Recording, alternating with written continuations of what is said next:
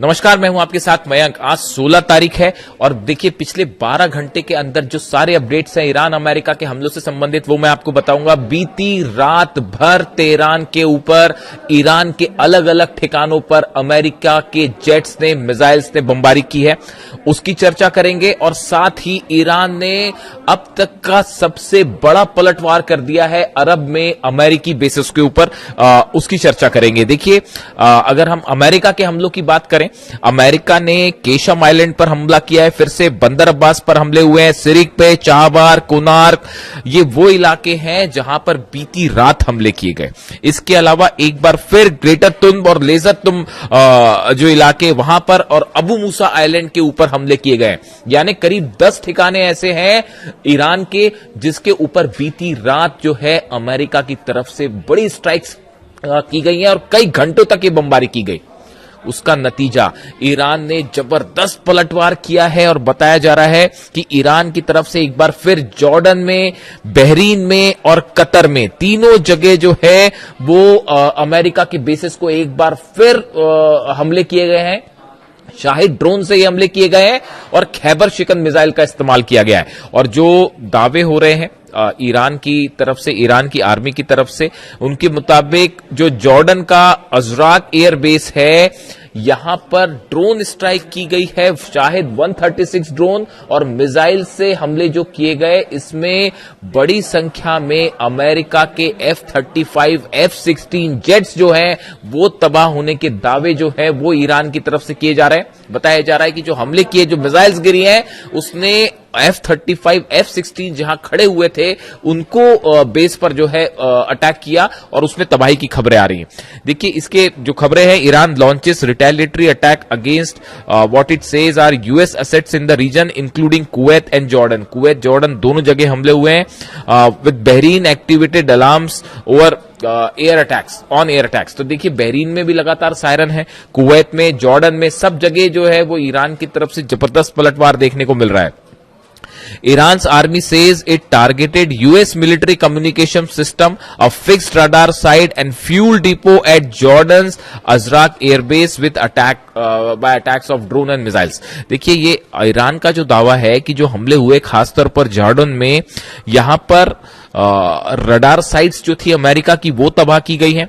इसके अलावा US military का जो कम्युनिकेशन सेंटर था उसको तबाह कर दिया गया है। साथ में जो फ्यूल डिपो था जहां से फाइटर जेट्स में तेल भरा जाता था उसको उड़ा दिया है। ये हमले बिल्कुल वैसी जवाब है जो अमेरिका कर रहा है। देखिए अगर आप हमलों को समझें, जो अमेरिका की तरफ से हमले हो रहे हैं, खबरें दो तरह की है। जो इनसाइड स्टोरी मैं आपको बता रहा हूं, दो तरह की बड़ी डेवलपमेंट्स हैं जो आप अगर अमेरिका के उस सर्कल को एनालिसिस करें जो इस समय डोनाल्ड ट्रंप को एडवाइस कर रहा है। देखिए आपको अगर खबर समझनी है कि अब आगे क्या होगा और ये जो हमले हैं इनका नेचर क्या होगा, इजराइल की एंट्री क्यों नहीं हुई, ये बड़े ही महत्वपूर्ण सवाल हैं। और देखिए आप अगर उन बयानों को एनालिसिस करें जो डोनाल्ड ट्रंप के करीबी हैं और उनके एडवाइजर्स हैं, जिनकी बात, ये फैसले डोनाल्ड ट्रंप नहीं लेते हैं कि हमला करना है, कब करना है, पहले करना है, बाद में करना है। उनके एडवाइजर्स उनको बताते हैं कि ये हमले करने हैं। तो वो एडवाइजर्स जो एडवाइस देने का काम करते हैं, उनके हर बयान पर उनकी क्या सोच है उस पर नजर रखना जरूरी है। अब देखिए हुआ ये कि आप देखिए जो हमले का नेचर है ये बताता है कि ईरान के जितने कम्युनिकेशन सेंटर्स हैं, मिसाइल सेंटर्स हैं, लॉन्च पैड्स हैं, जो रडार सिस्टम है, इनको कमजोर करने की कोशिश की जा रही है ताकि अगर ईरान के खिलाफ कोई बड़ा ऑपरेशन किया जाए तो उसमें जो है ईरान पर जो है ग्राउंड ऑपरेशन किया जाए। इस तरह की खबर है। आप देखिए ग्रेटर तुंब और लेजर तुंब और अबू मूसा, ये 3 आइलैंड्स ऐसे हैं जिस पर अब अमेरिका लगातार हमले कर रहा है। इनके क्या मायने हैं? ये तीनों जगह ऐसी हैं, दीज आर ये जो तीनों जगह ऐसी हैं, इनके बारे में कहा जाता है अगर आपको हॉर्मूज को कंट्रोल करना है तो ये तीनों जगह पर अगर आपने कब्जा कर लिया तो ये यहां से जहाज को निकलना आना स्ट्रैटेजिक लोकेशन पर जो है वो आपका कब्जा हो जाएगा। Like other islands in the vicinity of the state of Hormuz such as Qeshm island, this significance lies is the very fact that whosoever control those islands has an upper hand when it comes to control authority over the Strait of Hormuz। जो खबरें उसके मुताबिक कि जिसने इन तीनों islands पर कब्जा कर लिया और जिस पर अबू मूसा आइलैंड पर और ग्रेटर तुम और लेजर तुम पर जिसने कब्जा कर लिया इन इलाकों में, उसका पूरे हॉर्मूज पर कंट्रोल हो जाएगा। इसीलिए अमेरिका के ये हमले हो रहे हैं। यानी अमेरिका की जो स्ट्राइक है वो ऐसा लगता है कि एक बड़ी योजना के तहत है। इजराइल की एंट्री कब करनी है ये भी तय है कि अमेरिका हमले कम करेगा, उसके बाद इजराइल की तरफ से हमले होंगे। ये एक बड़े प्लान का हिस्सा है। लेकिन अब हुआ क्या, देखिए मामला कैसे गड़बड़ा गया। मामला ऐसे गड़बड़ा गया, ये हर बार होता है, ये पहले से हो रहा है, हर बार होता है। जो स्ट्राइक करी ईरान ने वो अमेरिका के अंदाज से और इजराइल के अंदाज से और कहीं भारी निकल गई। और जो कल मिसाइल मारी गई हैं, फतह 2 और जुल्फिकार और खैबर शिकन मिसाइल्स जो मारी गई हैं, जो खुर्रमशहर 4 मिसाइल्स मारी गई हैं, उससे जॉर्डन में यह हाल है कि अमेरिकी सेना को भागना पड़ गया है वहां के बेसिस से। इतना बुरा हाल हो गया है वहां पे। ऐसे ही हाल बहरीन का है। वो 5वां बेड़ा जो है वो तो खड़ा ही नहीं हो पा रहा, वो बेड़ा फ्लैट ही हो चुका है। वहां पे इतने ज्यादा हमले हो चुके हैं, वहां रनवे खराब तबाह हो गया, हेडक्वार्टर तबाह हो गया, रडार सिस्टम उड़ गया है, अर्ली वार्निंग सिस्टम है वो तबाह हो गया है। ऐसी हाल कतर में है। कतर में तो आप सोचिए कि ईरान के विदेश मंत्री दौरे पर जा रहे हैं और उसी दौरान भी हमला हो रहा है। और साफ मैसेज है ईरान का कि भैया हमारी अरब देशों से कोई दुश्मनी नहीं है, हमारी अरब देश की जनता से कोई दुश्मनी नहीं है, लेकिन आप अपने बेसिस बना रखे हैं, अमेरिका की अपनी जगह दे रखी है, तो वो सारे बेसिस पर हमला हो रहा है। ये साफ मैसेज है ईरान की तरफ से। अब देखिए ये जो प्लानिंग है ये गड़बड़ा ऐसे गई कि जो हमले पलटवार किए ईरान ने, देखिए स्ट्रेट ऑफ हॉर्मूज बंद है और हॉर्मूज में भारी पड़ रहा है ईरान, इसमें कोई शक नहीं है। करीब मेरी जानकारी के मुताबिक 15 शिप्स ऐसे हैं जो ईरान की तरफ से हमले किए गए, यानी ईरान की परमिशन के बिना वहां से जहाज नहीं निकाले जा सकते। बात नंबर 1। बात नंबर 2, अमेरिका फिर ब्लॉकेड करके खड़ा है। ये जब आप ब्लॉकेड, जितनी ज्यादा जंग जो है, जितनी ज्यादा इस जंग को आगे खींचने में ईरान कामयाब हो जा रहा है, उतनी करारी हार हो रही है अमेरिका की। इस बात को समझिए। दुनिया के सुपर पावर्स मिलकर पिछले 5वां महीना शुरू हो चुका है, ईरान को नहीं हरा पा रहे। हराना तो छोड़िए, वो आपके बेसेस जला रहा है, ऐसे बुरी मार रहा है कि आप याद करो। आप सोचिए डिफेंस काय का डिफेंस, वो जॉर्डन में जो मार मारी है ना ईरान ने, उसकी तस्वीरें अभी देखिए।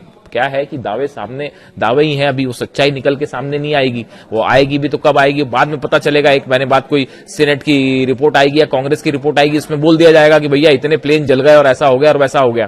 तो उसके बाद फिर जो है वो बात निकल के सामने आएगी।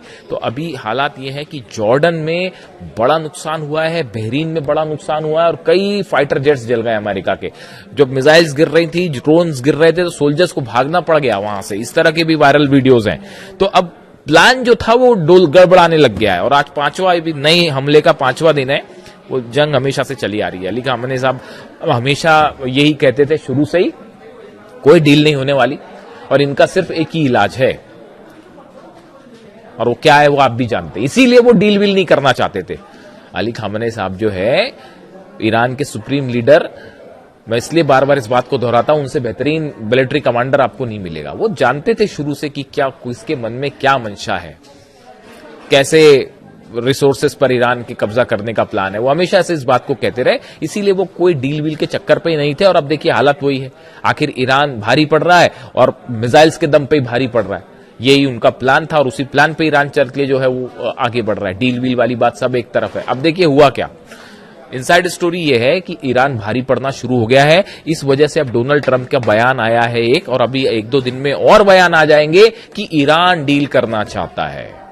जेडी वेंस का बयान क्या है? जेडी वेंस का भी बड़ा गौर करने वाला बयान है। वो कह रहे हैं कि अमेरिका के कुछ नेता ये चाहते थे कि ईरान के साथ जंग जो है वो लंबी चले और कोई डील ना हो पाए। ये जेडी वेंस कह रहे हैं। डोनाल्ड ट्रंप का ये बयान कि ईरान डील करना चाहता है, और जेडी वेंस का ये कहना कि इजराइल के कुछ नेता ये चाहते थे कि जंग लंबी चले। ये दोनों बयान ये बता रहे हैं कि फिर से जो है ये सब हमले रुकेंगे और फिर से ये बातचीत शुरू होगी। आप देखिए डोनाल्ड ट्रंप की तरफ से कि हम नहीं, फिर से बातचीत के टेबल पे आ रहे हैं और बात कर रहे हैं और हमने बहुत नुकसान पहुंचा दिया है ईरान को। ईरान को नुकसान हुआ है, वाकई हुआ है। वहां पर काफी सारे लोगों की मौत हुई है। और तो और छोड़िए, अभी एक नया दावा आ रहा है कि कैंसर हॉस्पिटल पर जो है वो हमला कर दिया है अमेरिका ने। इससे शर्मनाक और क्या हो सकता है कि आप कहीं पे जो है इस तरह की खबरें हैं, दावे हैं, सच सामने आएगा, मैं उस पर बात करूंगा जरूर कि ईरान में कैंसर हॉस्पिटल को निशाना बनाया गया है, ऐसी खबरें हैं, ऐसा दावा है। आप वॉर में कैंसर हॉस्पिटल पर हमला करते हैं, इससे शर्मनाक और कुछ नहीं हो सकता साहब, और ये बोलने में मेरे को कोई झिझक नहीं है। अस्पतालों को कहीं निशाना बनाया जाता है जंग में, वॉर क्राइम है ये तो। और आप देखिए, खैर अब जो 168 बच्चियों पर हमला कर सकते हैं वो कहीं भी हमला कर सकते हैं। हकीकत यह है साहब, देखिए मैं ज्यादा चीखना चिल्लाना नहीं करता, आराम से ही बताता हूं। हकीकत यह है, और जिसको मेरे से डिबेट करना है वो डिबेट कर लें किसी दिन। ईरान भारी पड़ना शुरू हो गया है और फिर से जो है अमेरिका झुकेगा और फिर से बातचीत करना शुरू करेगा। आप देख लीजिए, लिख लीजिए इस बात को। जो स्ट्राइक्स करी हैं ईरान ने,